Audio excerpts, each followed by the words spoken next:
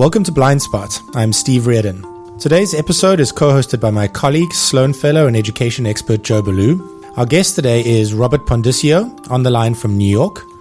Robert is a senior fellow and vice president for external affairs at the Thomas B. Fordham Institute. He is also a senior advisor to Democracy Prep Public Schools, a network of high-performing charter schools based in Harlem, New York.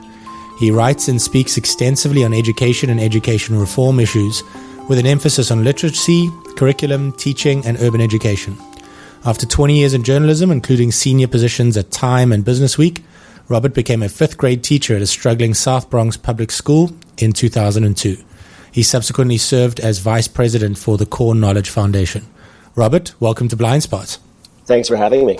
So, Robert, I guess, I'm an outsider to the industry and I guess the states in general. I'd love to know kind of what is your feeling of the state of education in the United States at the moment? Oh, Lord, how much time do we have? That's a question I've been trying to answer for the last 20 years and a lot of other people for longer than that. Education is very complicated. I guess for the purpose of starting a conversation, I would liken it to our relationship with education in this country is probably akin to our relationship with Congress, which is that everyone thinks that Congress is irretrievably broken, but they love their congressman.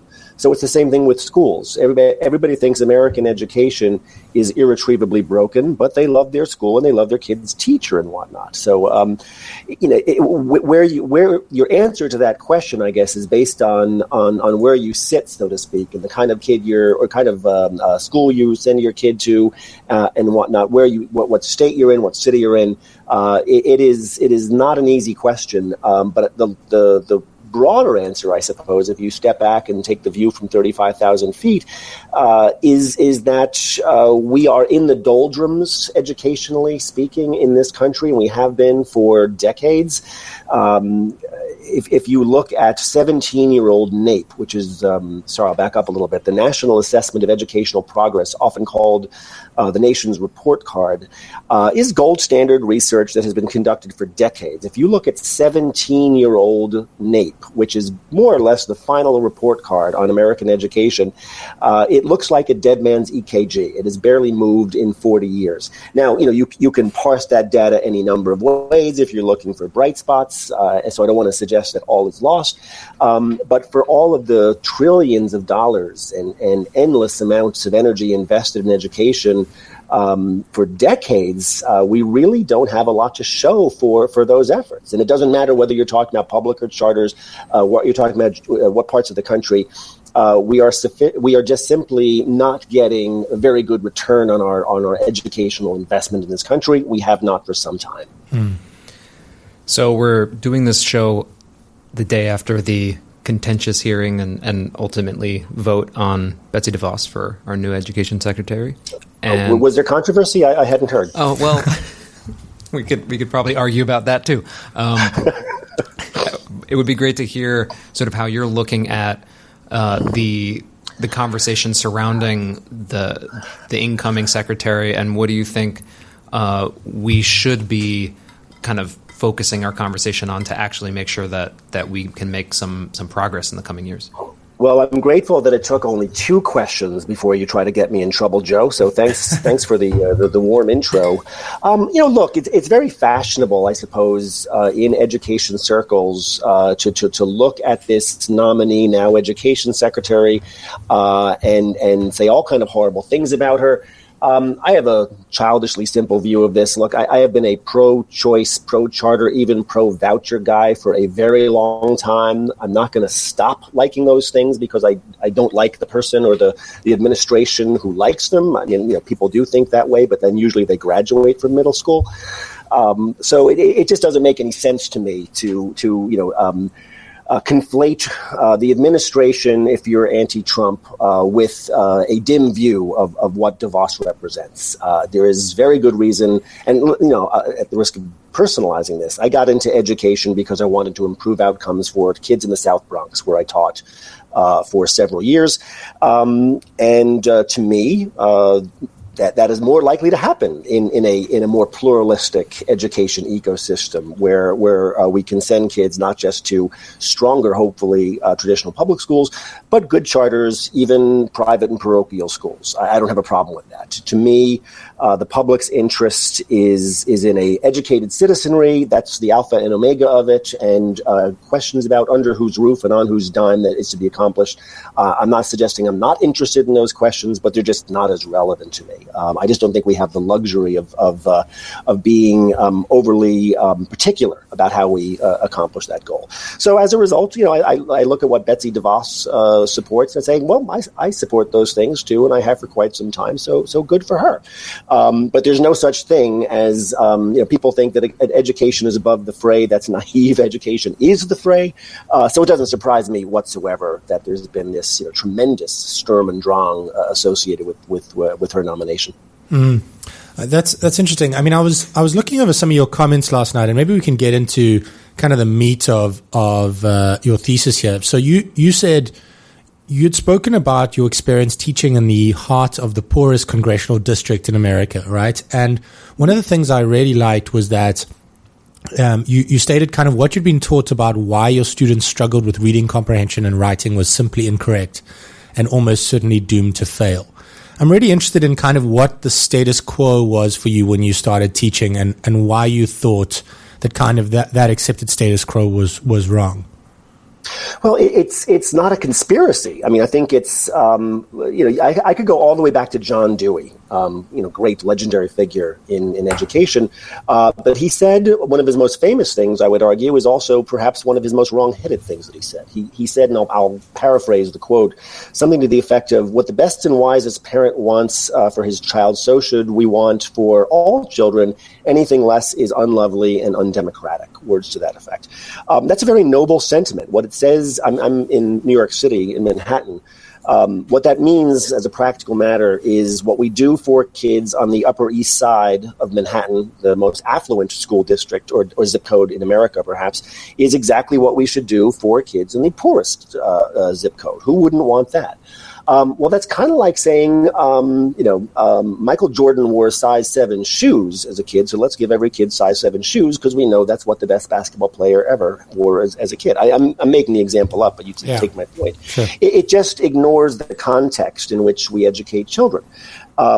So what I was alluding to in that piece that you very nicely quoted, thank you for that, was basic literacy in a place like the South Bronx. I've told this story 1,000 times, but when I started teaching elementary school, mind you, I was a mid-career switcher. I had not been in elementary school since I think I was an elementary school student.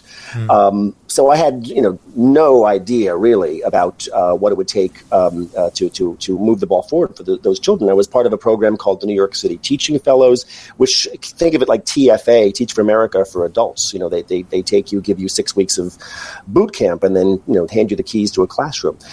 So if that's the case, you're naturally going to defer to what the people training you tell you is best practice. So I remember, early on being taught to teach reading comprehension through something called metacognition. That the reason that my students were not reading where they should be was because they were not spending enough time thinking about what they were about their thinking while they were reading. And I remember thinking, well, that's not what I do when I read. I'm not thinking about my thinking. I'm thinking about what I'm reading. But you think nothing of it and you go along. And eventually I discovered the work of somebody who, your listeners may know of, by the name of E.D. Hirsch Jr. He wrote a book some 30 years ago called Cultural Literacy. There was a surprise bestseller. It happened at the same time that Trivial Pursuit was all the rage in this country. So it had this list in the back of 5,000 things that every American should know. Long story short was I think people wrongly believed that Hirsch was trying to impose a dead white male curriculum on children. If you know Hirsch's work, that's not what it's about at all. It's about background background knowledge and vocabulary. It's about the way language proficiency works, which is not just 26 letters and the words you form from them. It's about context. And I give deathless talks about this, where I can demonstrate to you that reading is not a skill. In other words, what I mean by that, if I put nonsense words up on the board, I can ask 100 different people to read them, and they will all pronounce them the same way. But that's not reading, that's decoding. Reading comprehension, which is the ability to make meaning from text, is a bewilderingly complex process, and it depends, as Hirsch pointed out, about both the writer and the reader, the speaker and the listener having a shared frame of reference. To pick an example off the top of my head, if somebody makes reference to Pandora's box or an Achilles heel, you don't need to know. I don't have to stop and explain that to you. Most literate people will understand the reference. And if they don't, then meaning is lost. And even the most banal utterances or sentences are just filled with kind of assumed background knowledge. But the way, to answer your question in a long-winded way, the way we taught reading to struggling readers is basically assuming they already had that background knowledge, that we all were walking into a text with the same basic knowledge and vocabulary. That is clearly not the case. So if you talk to anybody who spent any time in a struggling school in the inner city, they will describe a phenomenon where children say, well, I read it, but I didn't get it. So, I guess I should have made this point earlier. I taught at PS 277 in the South Bronx, which is the lowest performing school in the lowest performing district in New York City for several years. In all that time, I never had a single child who could not read, and I'm making air quotes around the word read. They could decode, they could say the words, but then when you asked them what seemed like simple comprehension questions, they struggled with them, and had nothing to do with any skill of reading. It had to do with this lack of vocabulary, lack of background knowledge. Because again, we mistakenly think of reading as a skill, like riding a bike or throwing a ball, and it's nothing of the kind. It really is a reflection of your general knowledge base and your general education. And we just made simply no allowance for that whatsoever in teaching children. So where this is going, I think, is towards a shared passion that we both have, and often I think we're evangelists both for at Democracy Prep when we work together, and that's curriculum. So if we're concerned with reading, right, that and the background knowledge that students have, that could be framed as a curriculum challenge. Where do you put curriculum in sort of the relative importance in the education space, be it policy or administration? Like, how important is curriculum really, and what should curriculum that works look like? Yeah, that's a great question, and we could spend days just talking about that. I would describe curriculum as kind of the last best unpulled lever in education and education reform. And it's a bit of a frustration, frankly. If you spend much time around people like me, frankly, who work in the education reform space, well, what do we talk about? We talk about charter schools and school choice and teacher quality and testing and data and funding mechanisms. I tend to be the guy who says, yeah, that's great, but now can we talk about what kids are actually doing in school all day, because that matters too. Take the whole teacher quality debate, which we've been having, for years in this country. It's a bit of a bromide to say that we know that the teacher is the most effective or the most impactful person in a child's life, other than his or her home, in terms of their educational outcomes. That is true, and that is observable, and that is accurate. But we spend no time whatsoever, it seems, wondering about what those good teachers do, and can we make mediocre teachers, so to speak, more effective, more like that good teacher, by giving them better tools, i.e. better curriculum. It's kind of odd in a way. It's almost as if we think that what all teachers do is the same, and all we need to do is measure it and reward those who do it well, and develop or even counsel out those who don't do it well. There is a lot of, I shouldn't say a lot, but there's an emerging base of evidence that suggests that curriculum effects dwarf some of these other levers. Russ Whitehurst at Brookings, Matt Chingos, and others have demonstrated that the effect sizes of curriculum are larger than things like charter schools and teacher quality and whatnot. And if you think of it, it's a cost neutral good. I mean, we've talked about the trillions of dollars we invest in education for all of these various things. Well, textbooks and curricular materials are kind of a sunk cost. Kids are going to do something. So shouldn't we be a little bit more curious about the quality of those materials? I guess to extend the analogy about teacher quality, it'd be kind of almost as if we measured doctor quality and spent no time whatsoever looking at surgical procedures and medicines that they administered. We just thought, okay, that's a good doctor and that's a bad doctor. We should be a little bit more curious about what they do. So can I draw a distinction between curriculum and instruction for a moment? Because Sure. I think in practice we often divide these up as in functions and specialists, and kind of curriculum might be the domain of developers or instructional leaders, and instruction might be the specialization of the teacher themselves. They're implementing the curriculum. Is this a false distinction, or No, does it's a crucial curriculum guide? distinction, actually. Yeah. It's and thank you because I tend to oversimplify things, but that's one in which I should be more precise. Although let me push back with a different idea. I think one of the things I'm becoming increasingly intrigued by, and look, I'm a curriculum guy, so I've been talking for years about the need. I was just talking about seconds ago to evaluate curriculum and curriculum effects, to put 3 textbooks side by side and say good, better, best, and measure their effect. But I'm intrigued by the idea of curriculum, even mediocre curriculum, frankly, as a capacity creator. And here's what I mean by that. If you spent any time as a teacher, especially a new teacher, it's a homily, a bromide in this business that the teacher is the best person to know what his or her child needs. Okay, most teachers would agree with that. As a practical matter, what that ends up meaning is if you're a new teacher, even a veteran teacher, you're going to spend 10, 20, 30 hours a week being tyrannized by that blank lesson book. What am I going to teach this week? What am I going to teach tomorrow? What does this child need? If curriculum is provided for you, it changes the role of a teacher from curriculum developer to curriculum deliverer. That sounds subtle, but there's an opportunity cost. If I'm not spending 10, 20, 30 hours a week creating curriculum from scratch, that's 30 hours a week that I can spend examining student work, doing my intellectual preparation, thinking of questioning strategies, conferencing with students, developing relationships with families, on and on. Any one of those things are frankly higher value activities than lesson plan.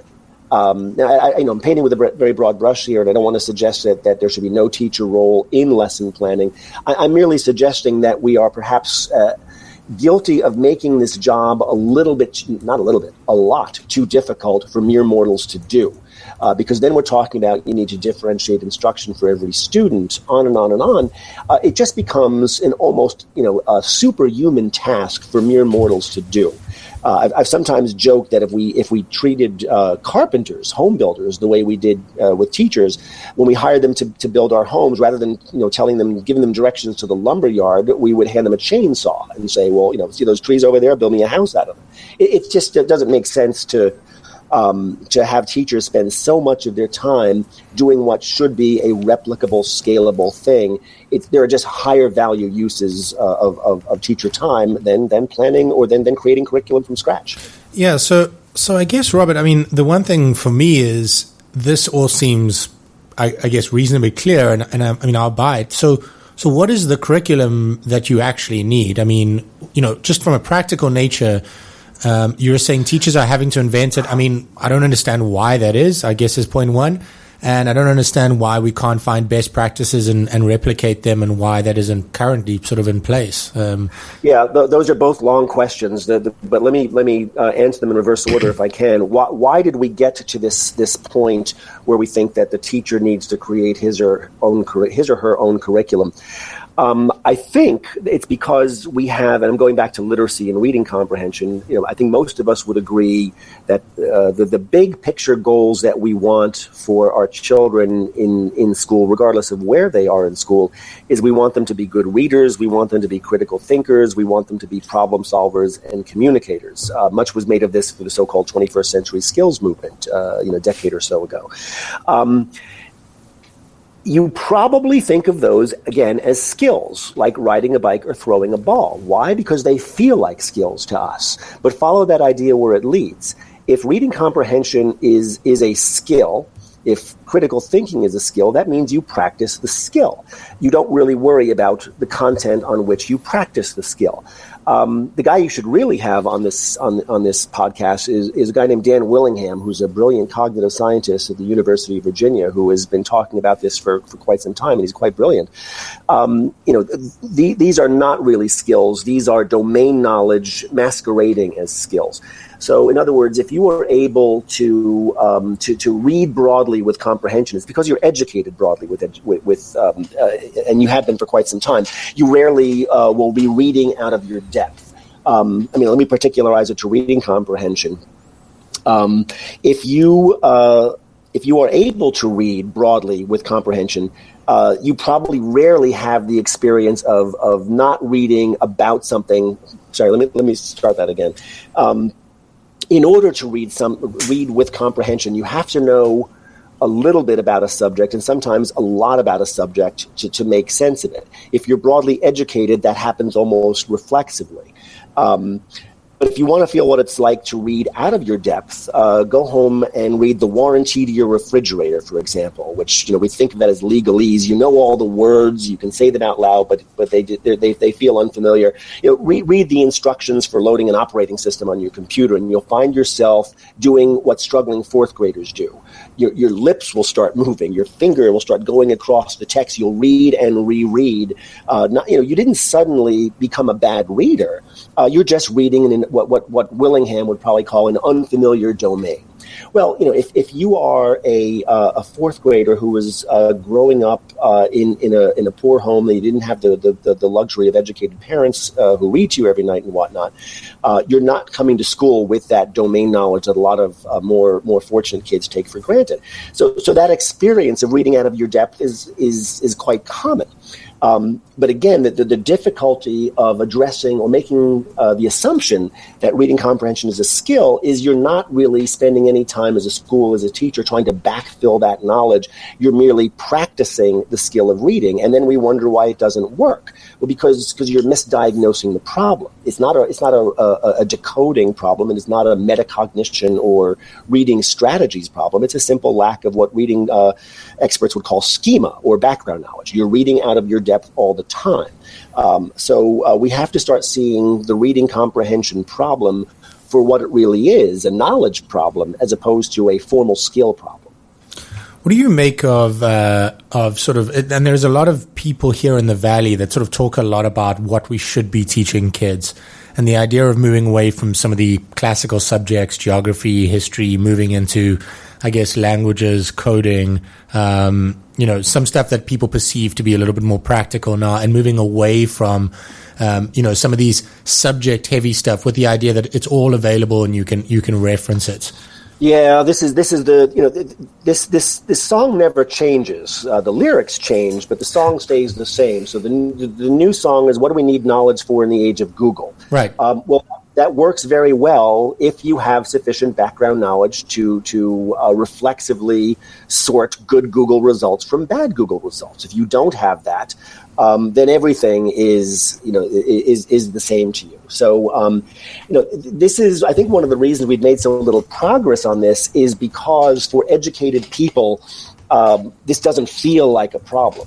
Telling war stories about my early days of teaching, and I think anybody who was a new teacher will recognize this as well. It was an immense frustration when your children could read, which I now know to call decode the text, but couldn't answer comprehension questions, and you would start to feel like, well, how could this not be? It's right there in front of you. I've since taken to using the analogy of thinking of a reading passage like the child's game of Jenga. If you've got small children and you know that block game, that you stack the blocks and you pull them out until it collapses. Think of the child's game of Jenga, and every single piece of the tower is a discrete bit of background knowledge or a vocabulary word. You can pull a few out, and the tower will maintain its integrity. But then suddenly you get to the point where you pull one too many out, and the entire thing collapses. That's what it's like to be a struggling reader who was approaching a reading passage with an insufficient amount of vocabulary or background knowledge. Yes, they appear to be reading, but they are really not comprehending because that tower has collapsed. So while I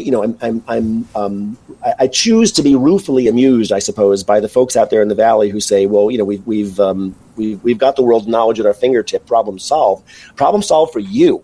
But it is not a way that's going to change the outcomes for the low income kids that folks like Joe and I taught.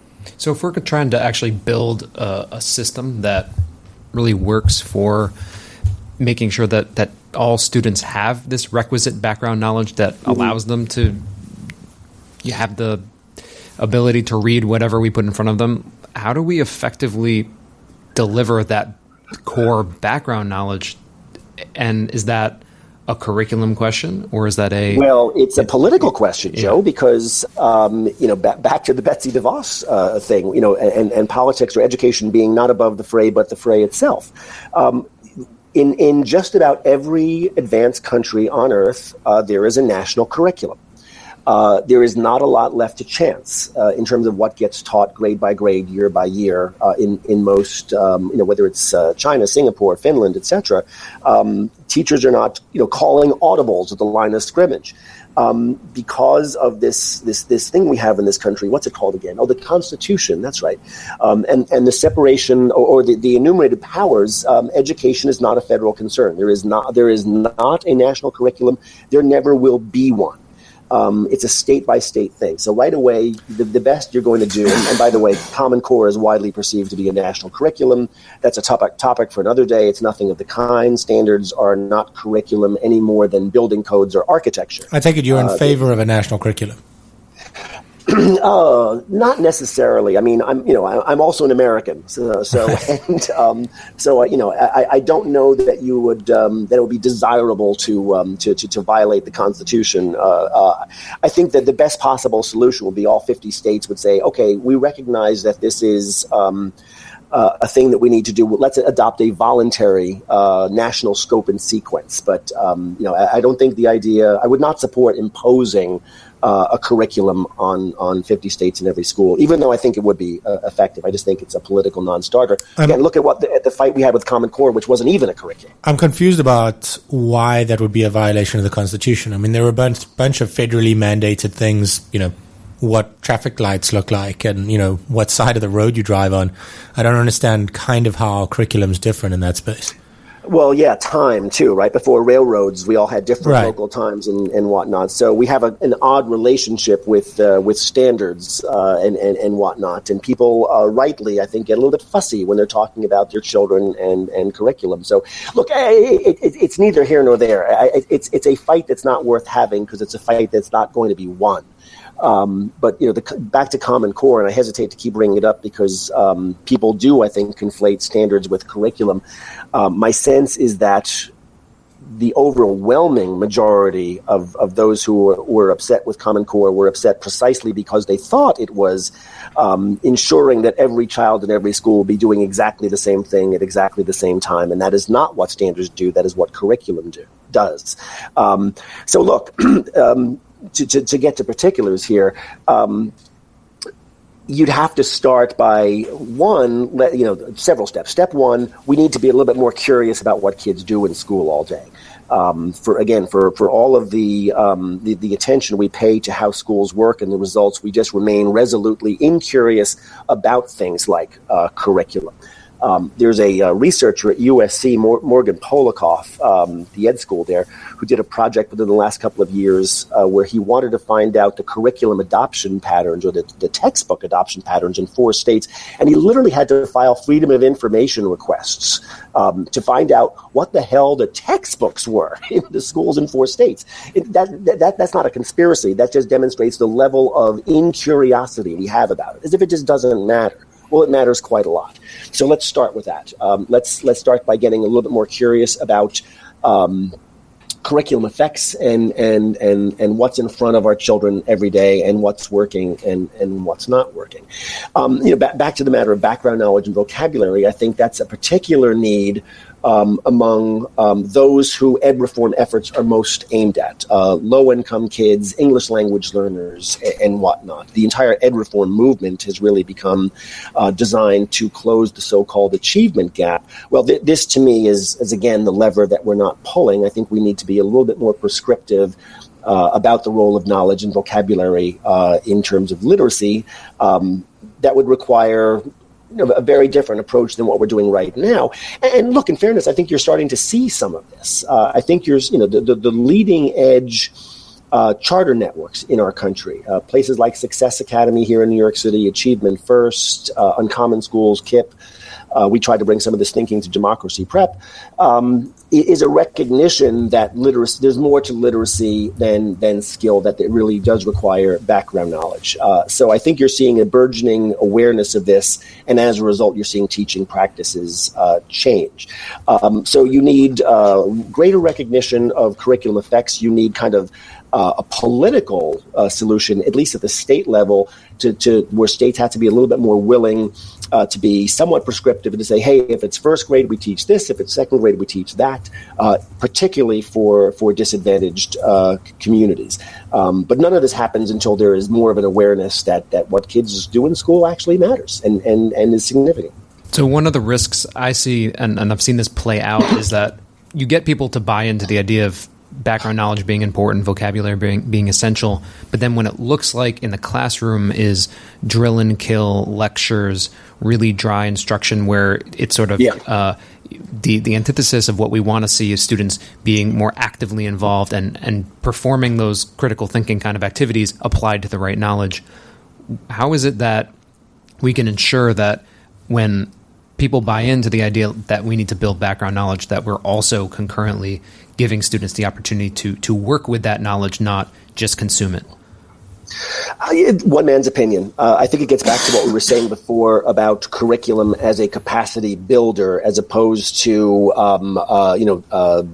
something that is more prescriptive and top down. I'm going to back into the answer to your question, Joe. To me, one of the real interesting things about the whole Common Core debate, I said this 1,000 times, that standards don't particularly interest me. I'm more interested in curriculum. But I think that the Common Core standard movement, one of the interesting things that it can do is it will reveal a lot about, there was John Wooden, the UCLA basketball coach, famously said that sports don't build character, they reveal it. Well, I think that's what standards do. They don't build capacity, they reveal a lack of it. So when you have 3.7 million teachers in this country all trying to hit the same bar, and some succeeding and some failing, then you start to learn a little bit about what effective practice is and is not. At present, I think one of the big problems in American education is it's just highly impressionistic. You get very, very different outcomes based on a bewildering number of inputs. So the fewer the moving parts, the easier it is to measure effects. But the other question about drill and kill, and look, I'm a curriculum advocate. I'm an unrepentant acolyte of E.D. Hirsch's, but I've been in lots of classrooms that are exactly as you described, Joe, where they say, okay, I get it. It's about building background knowledge. So then it just becomes a banking exercise, right? So I'm just here to kind of fill your head with knowledge. Doesn't work, and frankly, to your point, it's bad teaching. It's unengaging. Kids hate it, etc. Again, I'm struggling to. I wish this were easy. I wish I could say just do this and all will be well. It doesn't work that way. So I think you need to increase teacher capacity. You need to have an awareness that not all reading is created equal, that if you're going to make a choice between various texts, plan the ones that are rich texts, that are challenging, that invite high-level questioning, etc. I think but it all ends up coming back to the same place, which is that general lack of curiosity about what kids do all day. So we tend to treat these things as somewhat arbitrary. Once we become more curious about the difference between good, better, and best texts, between good, better, and best questioning strategies and whatnot, it just changes the conversation. It's a way of professionalizing. Actually, if I can back up, I think one of the complaints about that people throw at guys like me who say, "Oh, you just want to tell teachers what to teach," is no. I want to make your job more fruitful and enjoyable. I want you to be able to spend your time becoming expert on this subject, on these texts, really engaging with kids. That's the meat of this job, as opposed to, you're taking the bat out of my hand by saying you have to teach this poem and not that one. So thanks, Robert. That's really great. I mean, I guess just to round this off, I mean, as my last question, we're obviously here in the heart of Silicon Valley, and every day we hear about some fascinating new ed tech startup that's raised a ton of money. Yeah. Kind of, what is your view on the ed tech more generally? And I mean, do you see the use of technology being able to help some of these curriculum issues? That's a really good question. And if you'd asked me that question a year ago, I probably would have given you a very different answer than the one I'm about to give you. I used to be kind of, I want to say a Luddite, but deeply skeptical about education technology, not because I'm a Luddite, but because I think it diverts the conversation in a direction that is unhelpful. To make a broad overstatement, I think we have spent way too much time in education worrying about student engagement and not enough about student cognition. The assumption that if kids are excited, they will be learning. Well, it's better than not being excited, but it's not the same thing. So too much ed tech has historically been about bells and whistles and the shiny new thing, building a better pipeline, so to speak, and not worrying about what's coming through it. That said, I'm becoming intrigued by this idea of changing the role of teaching from instructional design to instructional delivery, and I think there's a significant role for education technology to play there. I don't have an answer to this, but I've been asking myself the question lately, what functions of classroom teaching can be automated? And let me quickly say, I am not looking to automate teachers out of a job.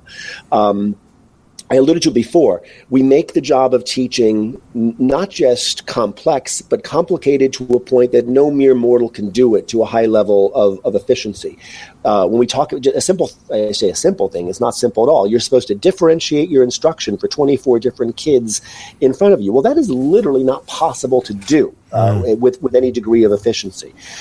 So what is it that computers, by the way, I'm not a gamer, but my understanding is every time you reach a different level of a game, well, that's differentiation, right? So the computer does that by itself, and it will take as much time as you need. It is not pushing you; it is waiting for you to get to the next level.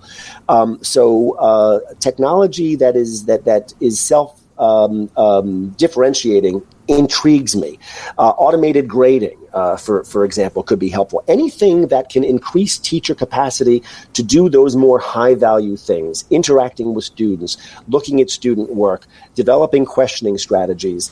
There's an awful lot of rote work about teaching that I suspect can be successfully automated, and that will give you or give teachers a lot more time to do the stuff that really matters. So that's a long way of saying that I'm not coming full circle in education technology. I would still prefer an orientation which asks the question that I'm asking, which is, what task can I take from the teacher to make his or her life easier and more fruitful, as opposed to just thinking we're going to replace teachers with, again, the shiny new thing.